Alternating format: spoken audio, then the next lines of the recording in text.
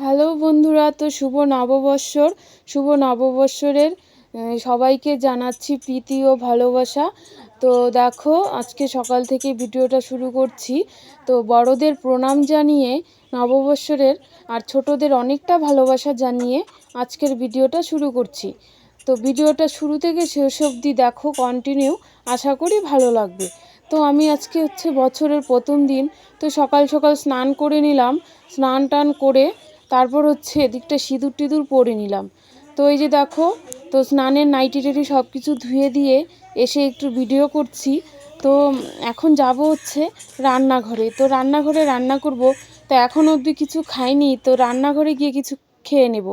তো এই যে দেখো, রান্নাঘরে তো খাচ্ছি আমি, বাটিতে দেখতে পাচ্ছ মুড়ি, তার সঙ্গে আছে পায়েস। তো কালকে যে পায়েস করেছিলাম, পুজো করেছিলাম, মানে পায়েসটা অনেকটাই করেছিলাম। তো তো পায়েসটা ছিল, তো ভাবলাম একটু মুড়ি দিয়ে খেয়ে তারপর রান্নাবাড়া করি, নাহলে তো খিদে পেয়ে যাবে।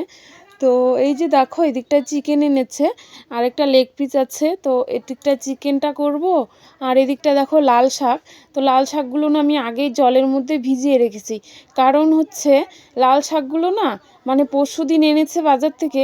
তো শাকগুলো না কেমন ছোটা ছোটা একটা ভাব হয়ে গেছে, বুঝতে পারো। মানে অনেক কয়দিন শাকগুলো বাড়িতে থাকলে পরে বাজার থেকে আনার পর কীরকমটা হয়ে যায়।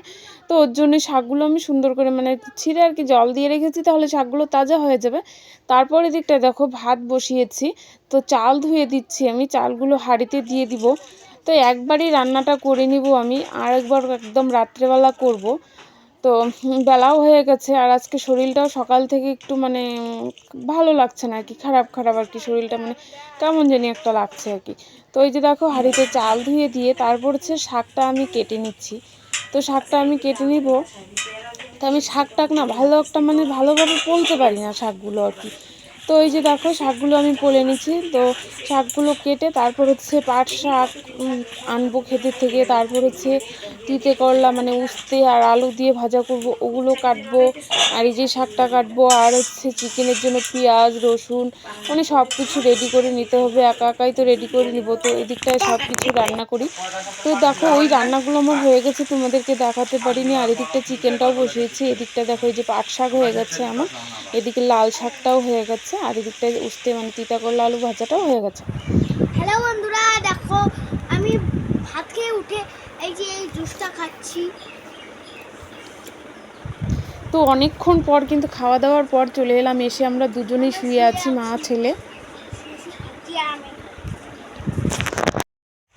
হ্যালো বন্ধুরা, তো দেখো আমি বিকেলবেলা এখন খেতে এসেছি, আমাদের লঙ্কা খেতে। তো এই যে দেখো আমার ছেলে কোথায় উঠে বসে আছে, ওই দেখো, একটু হাই বলতো। গাছে উঠে বসে আছে। তো আমি যে প্লাস্টিক নিয়ে এসেছি লঙ্কা নেবো। ওই যে দেখো, তোমাদেরকে এর আগে হয়তো আমি লঙ্কা খাটটা মানে দেখাইনি তোমাদের, কিন্তু কি দাঁড়াও তোমাদেরকে ব্যাক ক্যামেরা করে দেখাচ্ছি যে আমাদের লঙ্কা গাছগুলোর কি অবস্থা। এত ওষুধ এত সার দিচ্ছে, তারপরেও জানি না কেন লঙ্কা গাছগুলো এরকম হয়ে যাচ্ছে। তো চলো আমি দেখাই একটু তোমাদেরকে ব্যাক করে। বন্ধুরা দেখো, তো এই যে দেখো লঙ্কা গাছগুলো। তো লঙ্কা গাছগুলো কেমন হয়েছে তোমাদেরকে বললাম। তো এই যে দেখো, এত ওষুধ এত সার দিচ্ছে, কি বলবো। আর এদিকটা প্রচণ্ড ঘাসে ভরে গেছে খেতে। তো যেটাই করি না কেন কোনো কিছুতেই মানে কোনোভাবেই উপরে উঠতে পারি না আর কি। মানে যেটাই করি না কেন সেটাতেই লস, যেটাই করি না কেন সেটাতেই লস। এরকম হলে কি আর কোনো দিনও সংসারে কি উন্নতি হয় বলো? যে কোনো কাজ, যে কাজটাই করি না কেন সেই কাজটাতেই মানে লস। লস ছাড়া আর আমাদের কোনো কিছুই হয় না। জানি না কেন ভগবান আমাদের সঙ্গে এরকমটা করে। তো আমি শুরু থেকেই দেখছি এরকমটা হচ্ছে আর কি। তো এই যে দেখো, আমি লঙ্কা খেতে যাচ্ছি, মানে ছেলে ফোনটা ধরেছে, আর এদিকটা এখন আমি লঙ্কা তুলে নিব। হ্যালো বন্ধুরা, দেখো আমার মা লঙ্কা তুলছে। দেখো গাছগুলা কোন খারাপ হচ্ছে। তো লঙ্কা গাছগুলো না যখন লাগিয়েছিল আর কি, তখন কিন্তু খুব সুন্দর ছিল, হয়েছেও খুব সুন্দর। তারপরে হঠাৎ করে জানি না মানে লঙ্কা গাছগুলো কেন জানি এরকম হয়ে গেল, বুঝতে পারলাম না।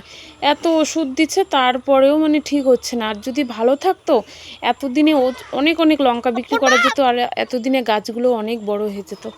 কিন্তু তোমার মানে গাছগুলো এরকম কোঁকড়ানো হয়ে যাওয়ার পরে, গাছগুলো কীরকম পেকে যাওয়ার পরের থেকে গাছগুলো আর মানে সেরকম বাড়ছেই না।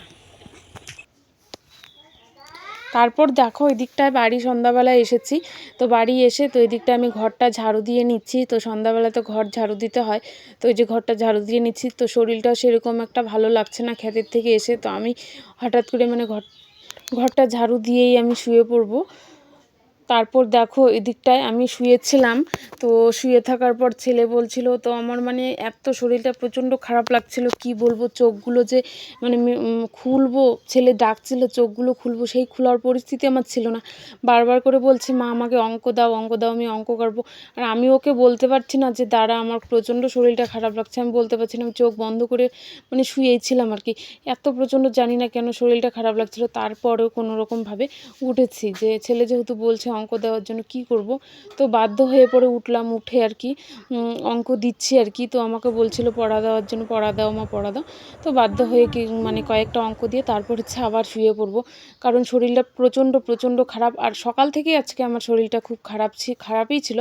যখন ঘুম থেকে উঠেছি তখনই মানে তখন থেকে শরীরটা না কেমন জানি একটা লাগছিল।